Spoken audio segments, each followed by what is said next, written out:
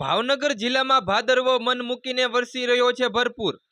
હાલ મહુવા તાલુકા અને સિયોર તાલુકાના ગ્રામ્ય પંથકોમાં વીજળીના કડાકા ભડાકા સાથે વરસી રહ્યો છે વરસાદ। આજના દિવસમાં બપોરે 2 થી 6 વાગ્યા સુધી 3 ઇંચથી વધુ વરસાદ। શહેરના મોટા ભાગના વિસ્તારો પાણીમાં થયા ગરકાવ। શહેરના હાર્દસમા ગાર્ડન રોડ, શાક માર્કેટ, નવા ઝાપા, ખાર ઝાપા વિસ્તારોમાં પાણી ભરાયા। અનેક વાહન ચાલકો વાહનો પાણીમાં ફસાયા। નગરપાલિકા પાસે પાણીના નિકાલની કોઈ યોગ્ય વ્યવસ્થા નહીં હોવાનું આવ્યું સામે। દર્શન આચાર્ય, ભાવનગર।